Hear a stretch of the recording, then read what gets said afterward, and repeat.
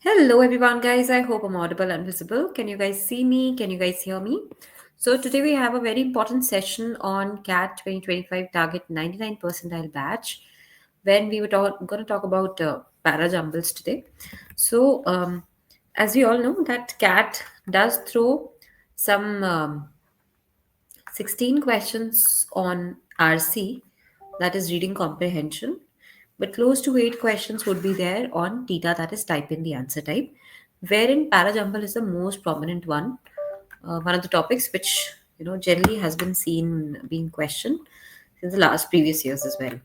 Right. So today we're going to discuss some questions on parajumbles. Now, what do you mean by parajumbles? In the last class, we did discuss that. It's more about the 5 sentences which are jumbled for us, and we are supposed to unjumble them and create a meaningful, coherent paragraph. Okay, this is what is expected from us. So, how do we do that?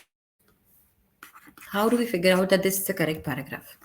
We'll be given certain sentences, and all we are supposed to do is we're supposed to figure out the placement of the sentences. Where should the sentence be placed? For example, if I say, you know, there are 5 sentences. Out of these 5 sentences, definitely one of the sentences is going to be a generic sentence, right? Something that introduces the idea, right?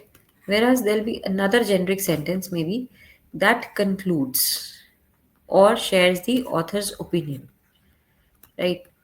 So this sentence, of course, it's a conclusion side. It should come towards the end, and the generic sentence which introduces the idea should be the first one to start. And then in the mid, there could be some pairs or some triplets which can be figured out to see that this sentence should follow the given sentence, right? So there are various strategies which we'll be learning when we solve some questions on parajumbles. Let's have a look at some of the strategies. The one strategy we always follow is the approach is always from generic to specific. So we always try that we have the most generic, that is the most opener sentence we can think of, something that introduces the idea or gives us a window to the entire passage. And when we say specific, it is more about turning into the detailing, right? Getting into the depth of what is being stated. So, generic to specific, right? That is one of the things we can always look at. Second thing we can look at is whenever we have any pronoun being used, right? Whenever we have any pronoun being used, we can see what does it refer to, what does they refer to here, what is my antecedent. By antecedent we mean which noun are we referring to. Okay, that's a pronoun. Third thing is if you have any articles being used, right? By articles, of course, it's a, an, or the. The means something very specific which has been stated. A and an can refer to something common or general, right? So these are the basic things. Then you can always look for some, nomenclatures or some abbreviations. Abbreviations, as in whenever you have a sentence which starts with, say, ISRO, right? This is an abbreviation for Indian Space Research Organization. What are we supposed to do? We need to figure out the abbreviation for it and get the sentence placed in the sequence. Okay, so these are the few strategies you could see in solving the questions, solving a parajumble question. There could also be sentences wherein we have, you know, say the first reason for something to happen could be this, the second reason could be this, another one could be this, and eventually there could be some more. So eventually, some more, these would come towards the end. Then, if you look at the tense of the sentence, right? By tense of the sentence, what do we mean? Tense of the sentence means we are referring to past, present, and future, right? So naturally, the sentence which is towards the beginning or something which has already happened is in the past. Present is what is happening currently, and then you have future. This is about something which might happen in the coming time. So past, present, and future. We can look at the tense in these three frames and try to figure out where the sentence lies. The past sentence, of course, comes first. The second portion would be all those sentences which talk about currently, presently, nowadays. And then 5 years down the line, this is what we can expect. This might change, right? So that is what we're going to follow in the future part. Now, I'm going to show you some question types, how questions can be asked, and then we move to some good questions which we're going to discuss. Okay, so one of the question types which we all know is we have been given a sentence. There is one sentence which has some portion, and then there's a blank, right? So, this is basically what? This is more like we have one sentence itself which has been divided into four parts, and we need to figure out which part of the sentence lies where. This is one question type. Another question type could be we have five sentences which are jumbled, four or five. Excuse me. So there are four or five sentences which are jumbled, and we need to unjumble them. We need to figure out the current meaningful paragraph for these four or five sentences which are jumbled. Then there can be a question type like this, where you have the first and the last sentence, the most generic sentence already given to you, and the middle four sentences are the ones which you need to figure out. So what am I expecting from you is, guys, let's start with this question type and see if we can, relate what lies with one, what lies with six, and try solving it. So I'm going to give you 2 minutes since it's not the very basic session. We have had many questions and sessions planned earlier as well. So I'm giving you 2 minutes, quickly go through the question, and once you're done, we'll be discussing it together.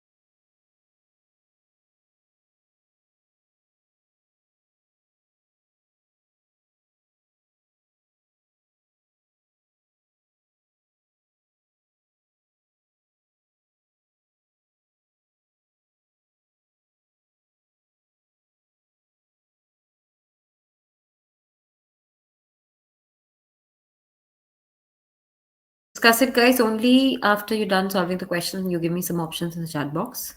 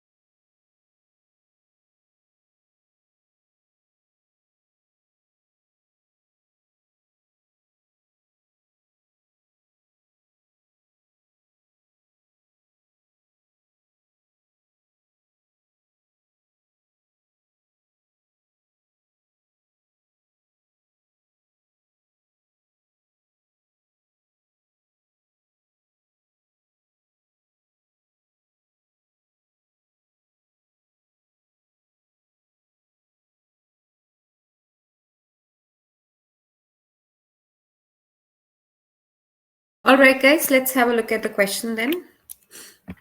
So, yes, a bit of tricky question. I would say it's not that easy as you might have thought it to be. It says most textile manufacturers have long had marketing mentality. Okay, marketing mentality as in they wanted to understand the textile manufacturing industry from the marketing perspective, from the marketing standpoint, that how would it be? Okay, so it says often they have relied on their apparel, industrial, and retail customers for marketing insights. Most have already developed brand name and advertised to some extent. Some even employ name designers. Textile companies with large positions in the household, it should be household furnishing market, example towels, sheets, and so on, selling a consumer product through a retailer, for example, through P&G, does similarly. As yet, however, the sort of thorough consumer research, careful segmentation, and aggressive advertising and promotion that are taken for granted among packaged goods and producers are unknown in the textile industry. Not that the opportunity is lacking. American made household furnishings, towels, for example, are a luxury item in the world market. So, what are we supposed to do? We are supposed to figure out which of the following sentences can follow one. And similarly, which of the following sentences can be a penultimate sentence to sentence number 6. Quick 1 minute, guys. Answer.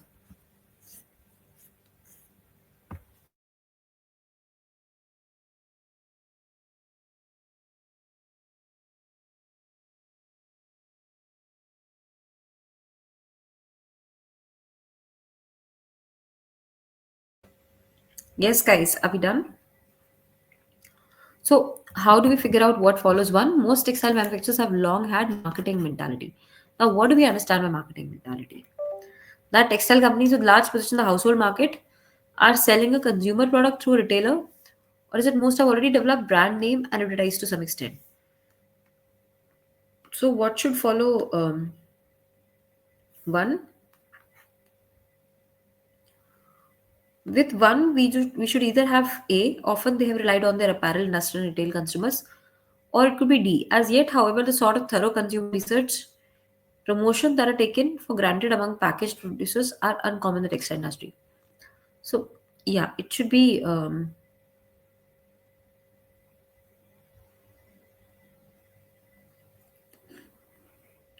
had marketing mentality, textile companies with large positions in this thing. So, it should be C. One should follow C. I mean, C should follow one. Then the textile companies have large positions. The moment we've told about, okay, towels, sheets, and so on, that is what they're selling.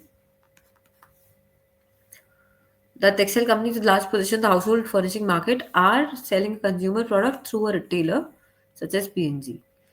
Now what happens is, now we start with as yet, however, the sort of thorough consumer research, careful segmentation, aggressive advertising and promotion taken for granted among packaged goods producers are uncommon in the textile industry. Then it talks about what is not common and why is it being done. Often they've relied on apparel. It's uncommon why they've just relied on apparel, industrial, etc. And last of all, we have B, which says most have already developed brand name and advertise to some extent. Some even employ designers. So once C, D, A, B, this is the final sequence we get. How did we calculate it? We tried to figure out what comes with 1, and you can also see B comes good with 6. Like the moment we say most have already developed brand name and advertised to some extent, some even employ name designers.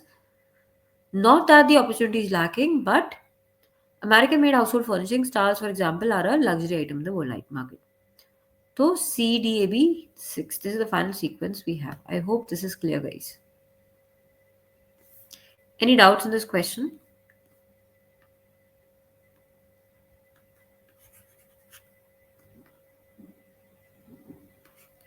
Okay, let's move to the next one. Please take quick 1 minute and then we discuss the question.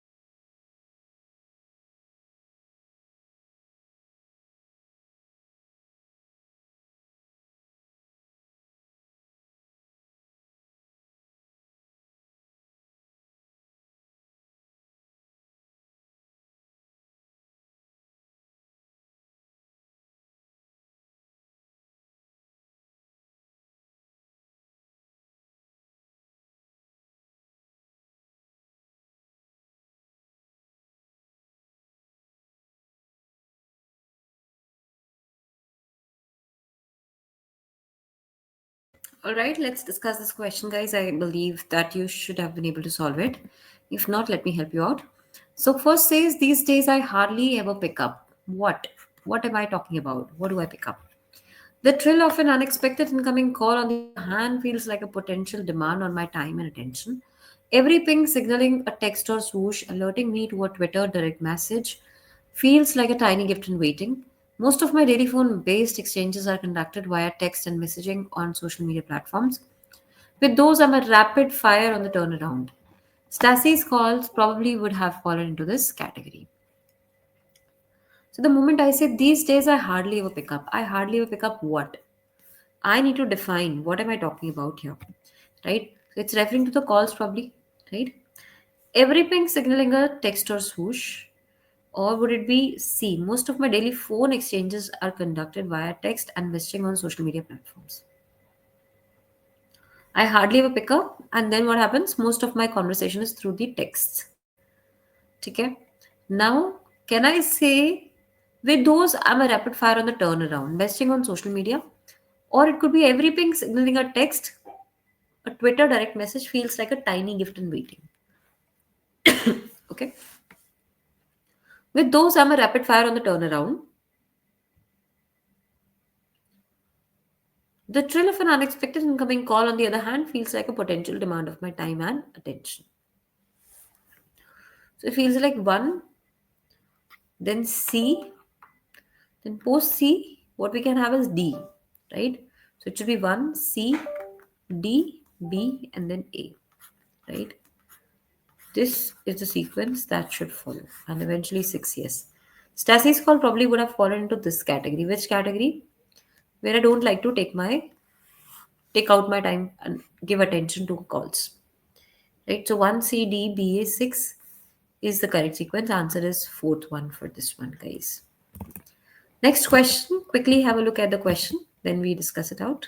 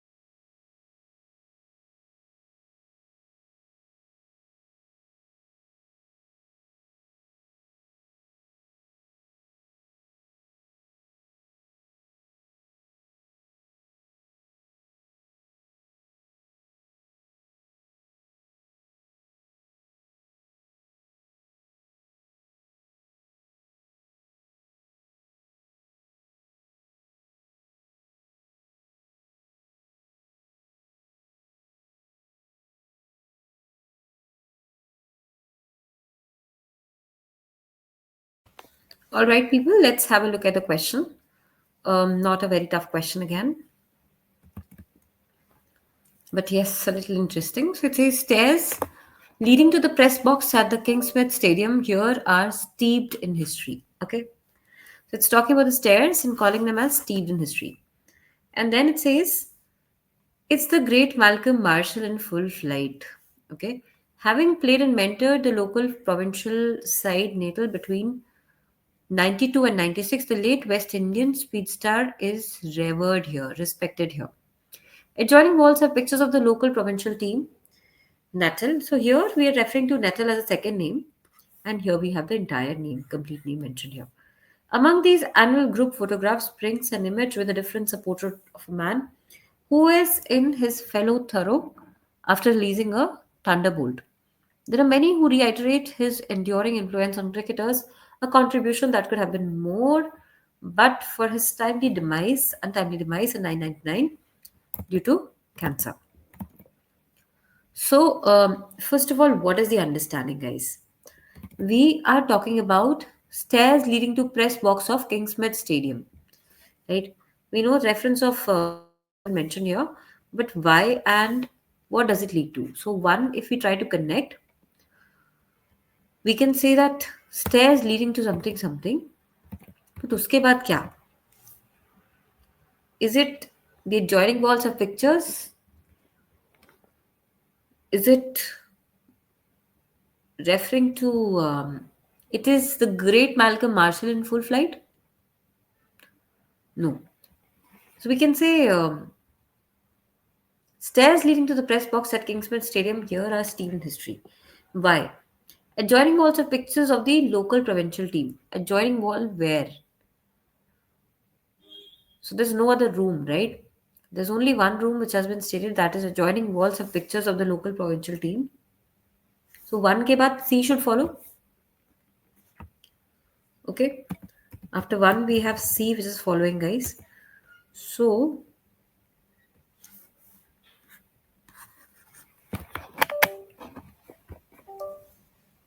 we have one, then we have C. That is the adjoining wall pictures. Walls have pictures of the local provincial team, KwaZulu Natal. And then what can follow is to be decided, right? Adjoining walls are pictures of the local provincial team. Then, having played and mentored the local provincial side Natal between 92 and 96, late West Indian speedster is revered here.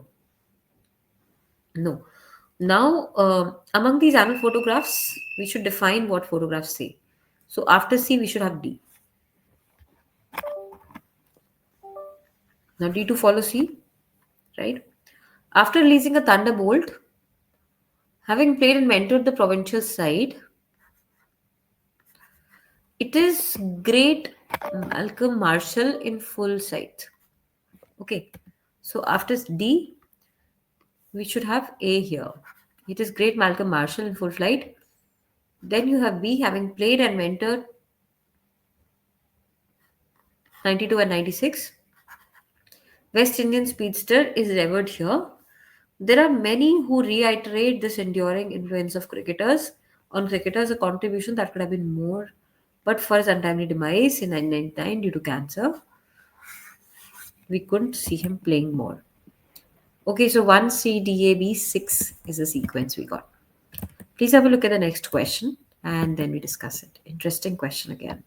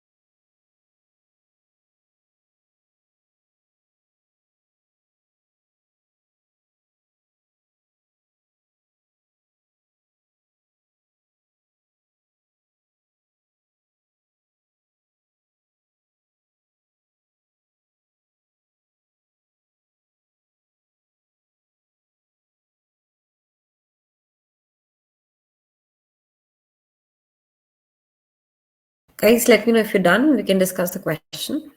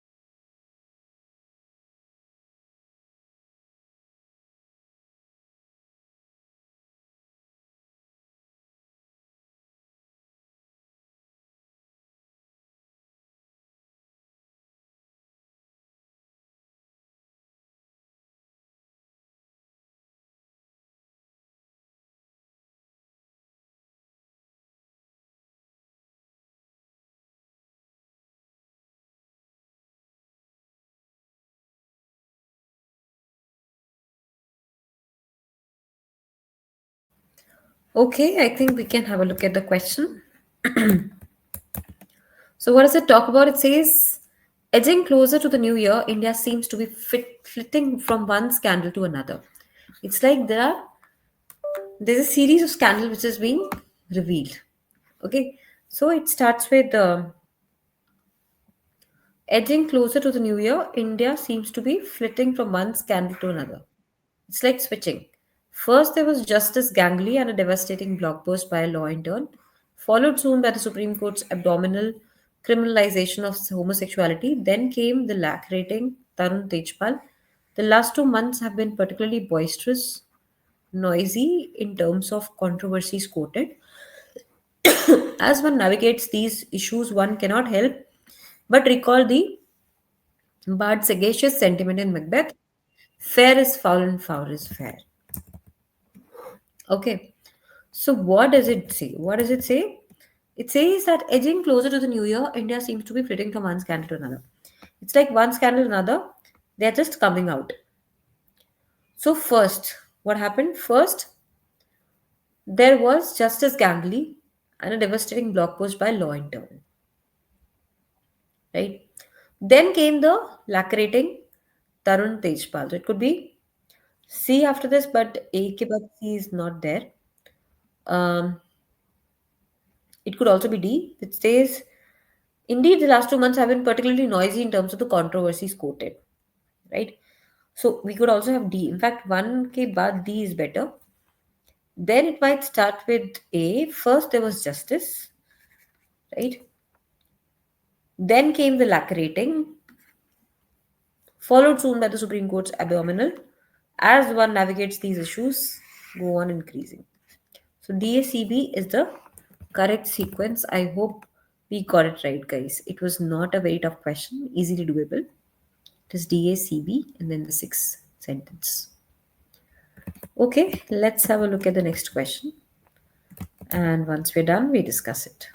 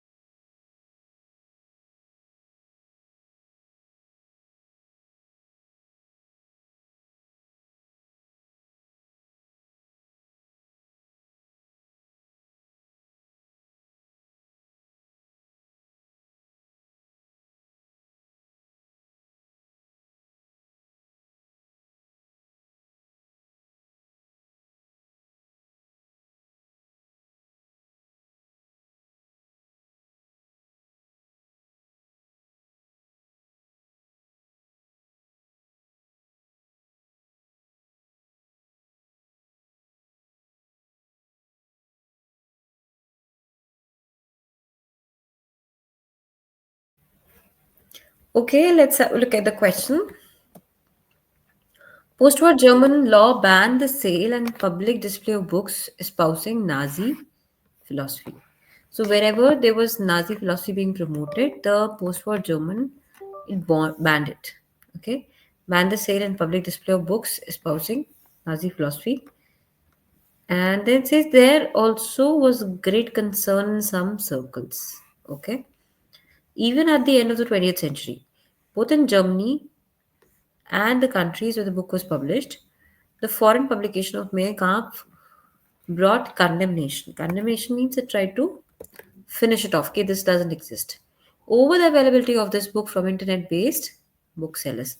So sentence number 1 and 6 are fixed. All we're supposed to figure out is what can be paired with 1, what can be paired with 6, and then we have middle 4 sentences. So post-war German law banned the sale and public display of books espousing Nazi philosophy. Even at the end of the 20th century, both in Germany and countries, what do we have here? Can we have one following a following one? There also was great concern in some circles. This is also a bit generic. Both in Germany and the countries where the book was published.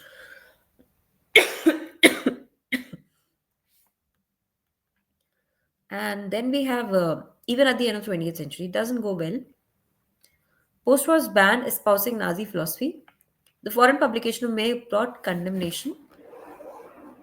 Both in Germany and the countries may be a good option. And then you have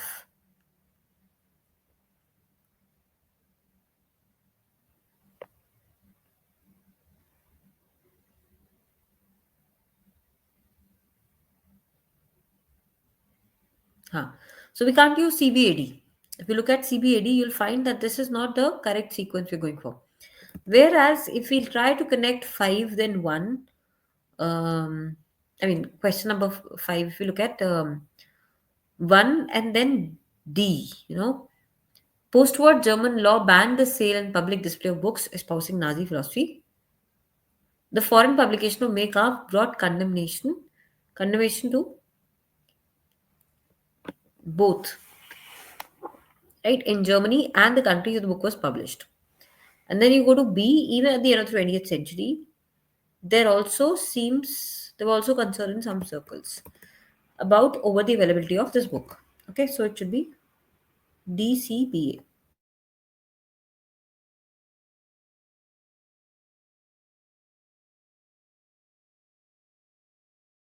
So here are the sequences DCBA. Okay, let's have a look at this question very quickly. 1 quick minute and then we discuss.